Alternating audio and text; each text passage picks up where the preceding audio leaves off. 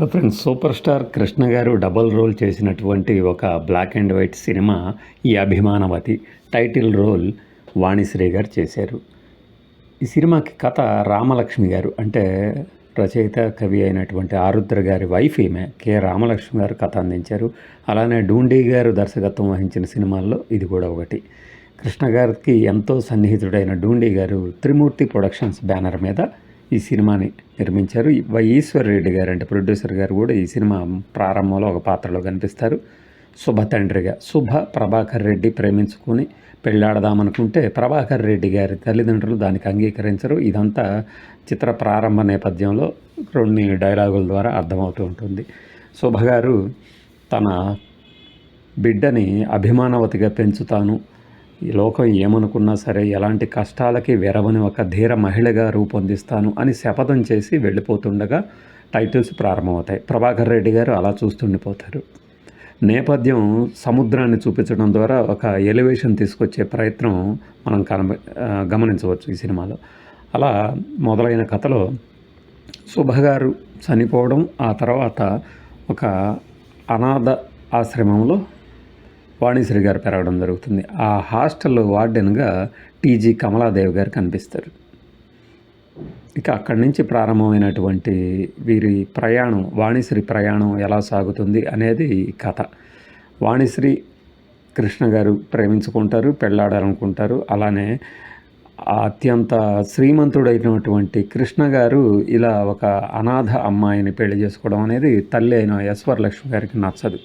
ఆ తర్వాత పెళ్ళవుతుంది. ఈ మధ్యలోనే సినిమా ప్రారంభంలోనే శరత్ బాబు గారు, అప్పటికే చాలా లేత వయసులో ఉన్న శరత్ బాబు గారు చాలా ముదురుగా కనిపించడానికి మీసాలు ఎక్కువ పెట్టారనమాట ఈ సినిమాలో. శరత్ బాబు గారు వాణిశ్రీని వెంటాడి వేధిస్తూ ఉండే పాత్రలో కనిపిస్తారు. ఇదే ఈ సినిమాలో విలన్ అని కూడా చెప్పాలి ఈ క్యారెక్టర్. అలా కృష్ణ వాణిశ్రీ పెళ్ళైన తర్వాత వీరి జంటని ఎలాగైనా విడదీయాలి అనే ఒక చిన్న కసితో, పైగా తన కొడుకు తనకు దూరం అవుతాడనే పిచ్చి ప్రేమతో యశ్వరలక్ష్మి గారు ఈ ప్రయత్నానికి మద్దతు పలకగా ఆమె ఇంట్లోంచి వెళ్ళిపోవడం జరుగుతుంది వాణిశ్రీ. అయితే వెళ్ళిపోయే క్రమంలోనే ప్రభాకర్ రెడ్డి గారు కంటపడతారు కూడా. ప్రభాకర్ రెడ్డి గారు వాణిశ్రీ ఎవరో అనుకుంటారు.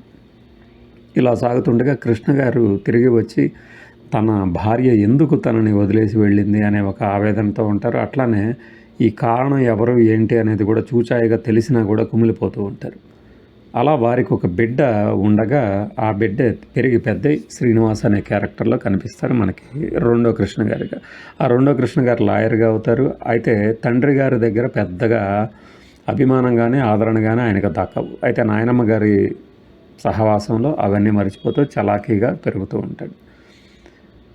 చివరిలో మళ్ళీ ఇదే ఊరికి వచ్చినటువంటి వాణిశ్రీ గారు తన కుటుంబ సభ్యులను చూసి ఆవేదన, ఆనందం, అభిమానంతో దగ్గర అవ్వాలా వద్దా అనుకుంటుండగా శరత్బాబు గారి క్యారెక్టర్ వేధిస్తూ ఉంటుంది.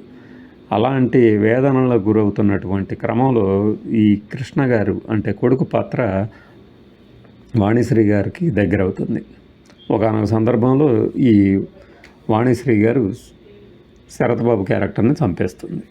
ఇక్కడ క్లైమాక్స్కి వస్తుంది. ఈ క్లైమాక్స్లోనే కృష్ణ గారు తన వాణిశ్రీ తన తల్లిగారేనని, అలానే ఈ యశ్వరలక్ష్మి కృష్ణ గారికి వాణిశ్రీ బతికే ఉందని తెలుస్తుంది.